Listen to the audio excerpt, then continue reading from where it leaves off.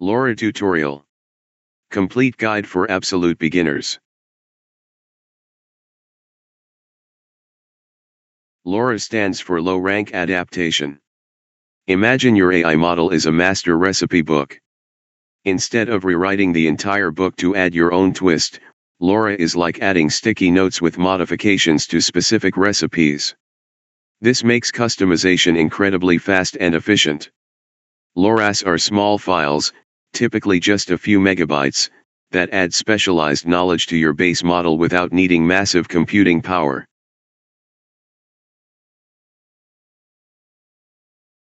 There are four main types of Lora models. Character Loras let you generate specific people or fictional characters consistently. Style Loras apply artistic styles, like making everything look like anime or oil paintings. Object Loras teach the model new things, new objects or concepts it hasn't seen. And functional Loras change how the model operates, like making generation faster. Understanding these types helps you choose the right Lora for your needs.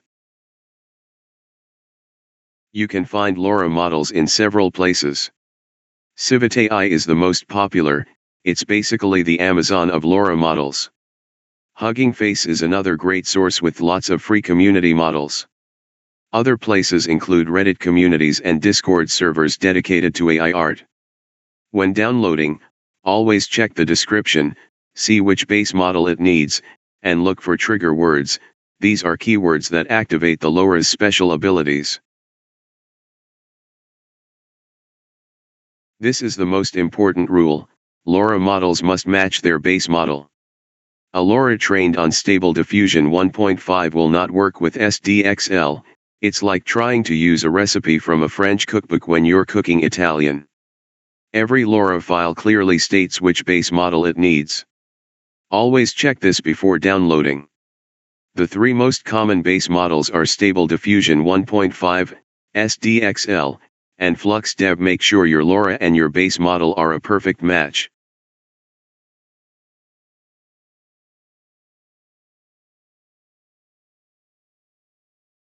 Trigger words are activation codes for your Lora. Think of them as magic words.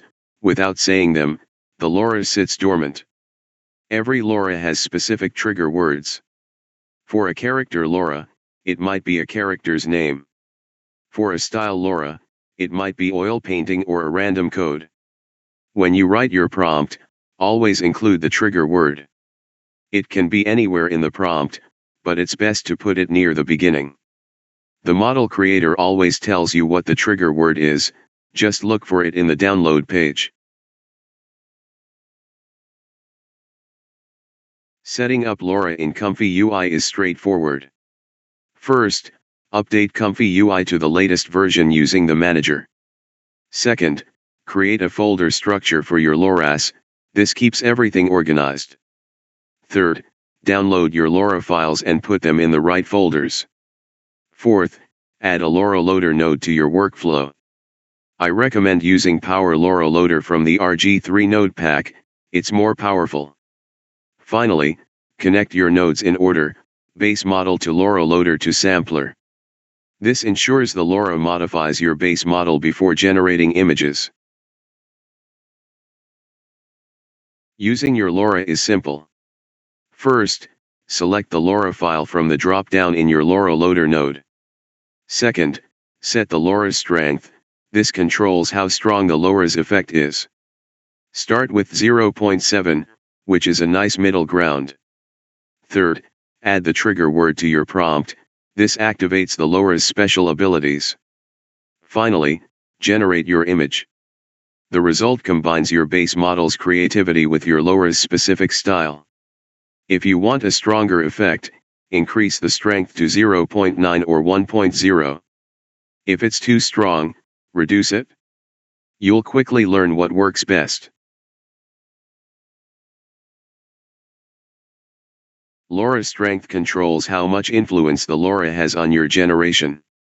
Low values, like 0.3 to 0.5, give subtle effects. The base model's creativity shines through.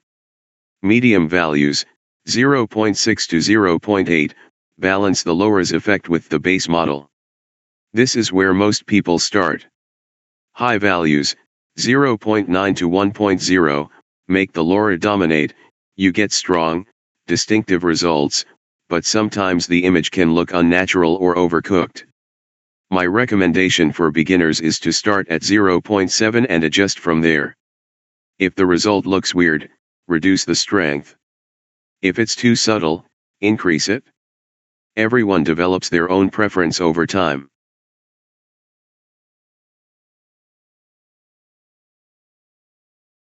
One of the coolest features of LoRa is that you can combine multiple LoRa's in a single workflow.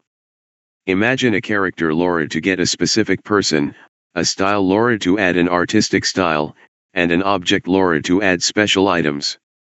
The key is balance. When using multiple LoRa's, reduce each one's strength.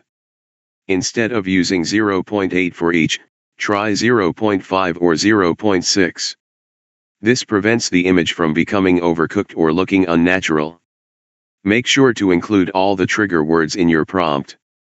Combining LoRa's opens up endless creative possibilities.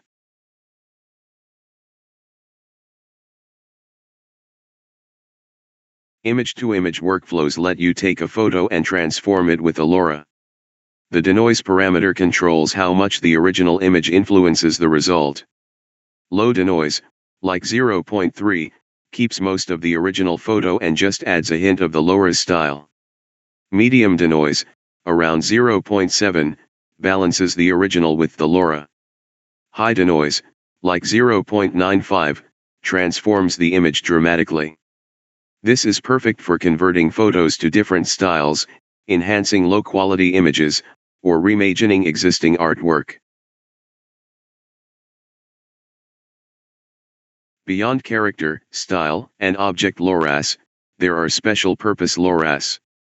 Turbo Alpha reduces the number of generation steps, making images 10 times faster, great for brainstorming.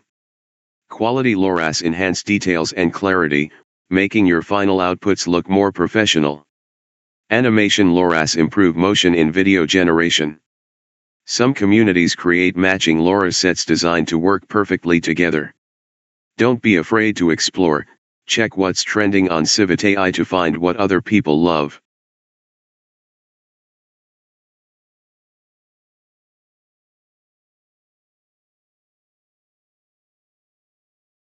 Let me share the most common mistakes beginners make. First, using a LoRa with the wrong base model, it just won't work. Second, forgetting to add the trigger word to your prompt, the LoRa sits there doing nothing. Third, setting strength way too high or using too many LoRa's at once, this creates ugly, overcooked images. Fourth, putting LoRa files in the wrong folder so Comfyui can't find them. Before you generate, check 4 things. Does the LoRa match my base model? Did I add the trigger word? Is my strength reasonable? Is the LoRa file in the right folder? These simple checks save so much frustration. Organization is key as your LoRa collection grows. Create folders organized by base model first, separate folders for SD 1.5, SDXL, and Flux. Then subdivide by type, characters, styles, objects. Use clear, descriptive file names instead of generic ones. Create a simple text file listing all your LoRa's, their trigger words, and which models they work with. This personal reference guide is invaluable when you have hundreds of LoRa's. Taking 5 minutes to organize now saves hours of frustration later.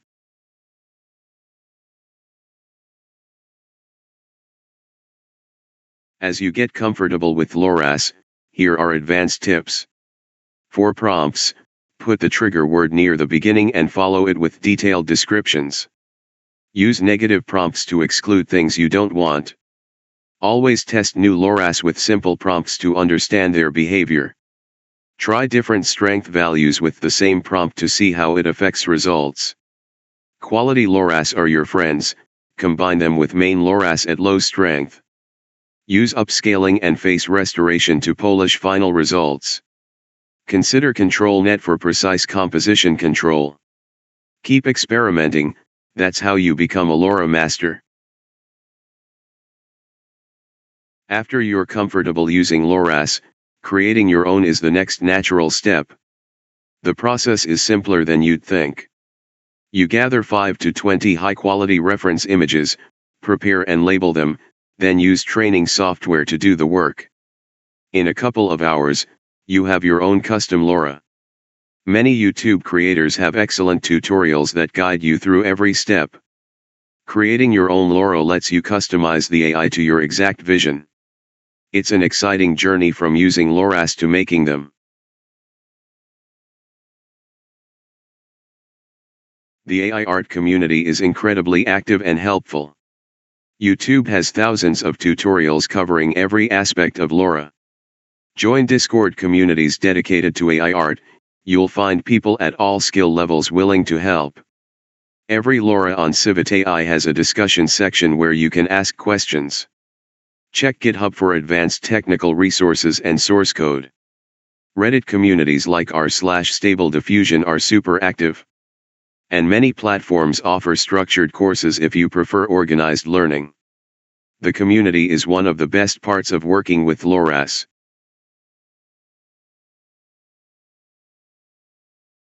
Congratulations on reaching the end of this beginner's tutorial. Here's what you've learned. Lora is a fast, efficient way to customize AI models. There are 4 main types serving different purposes. Always match your Lora with the correct base model. Trigger words activate the Lora's powers. Download from trusted sources and organize systematically. Start with moderate strength and adjust. You can combine multiple Loras. Avoid common mistakes and learn from others. The community is welcoming and helpful. Now it's time to practice. Set up your folders, download some beginner-friendly Loras, and start generating. Experiment with different strengths and prompts. Join the community, share your results, and keep learning. The world of Lora is vast and exciting. Welcome to the journey. You're ready. Now go create amazing art with Lora.